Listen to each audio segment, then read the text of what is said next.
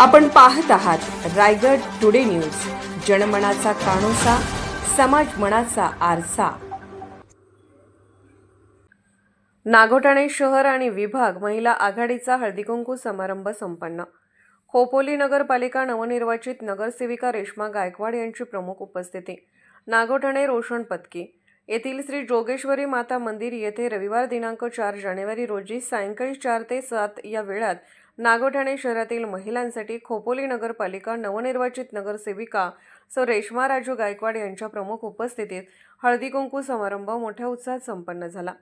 या हळदीकुंकू कार्यक्रमासमयी नवनिर्वाचित नगरसेविका सौ रेश्मा गायकवाड यांच्यासह राजू गायकवाड, उपतालुका प्रमुख रोहा शिवसेना मनोजदादा खांडेकर, युवा उद्योजक सुमितदादा काते, नागोठाणे विभाग संघटक दिनेश घाग, ॲडव्होकेट मंदार कोतवाल, शाखा प्रमुख शैलेश कासार, शहर प्रमुख संतोष चितळकर, तालुका महिला अध्यक्ष वर्षा सहस्रबुद्धे, गीता गुरव, एन कुंडे, माजी सरपंच एनघर सचिन भोसले, संजय कणघरे, संतोष घाग, संदीप वाजे, निलेश जाळवी, प्रकाश मोरे आदी मान्यवर ग्रामस्थ मोठ्या संख्येने उपस्थित होते।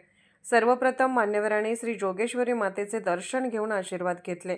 श्री जोगेश्वरी माता मंदिरात पारंपरिक हळदीकुंकू कार्यक्रम मोठ्या उत्साहात संपन्न झाला। यावेळी महिला बचत गटाच्या प्रमुख यांचा सत्कार करण्यात आला। महिलांचा सन्मान, संस्कृतीचा गौरव आणि एकात्मतेचा संदेश देणारा हा कार्यक्रम अत्यंत प्रेरणादायी ठरला असे उद्गार युवा कार्यकर्ते सुमितदादा काते यांनी यावेळी काढले।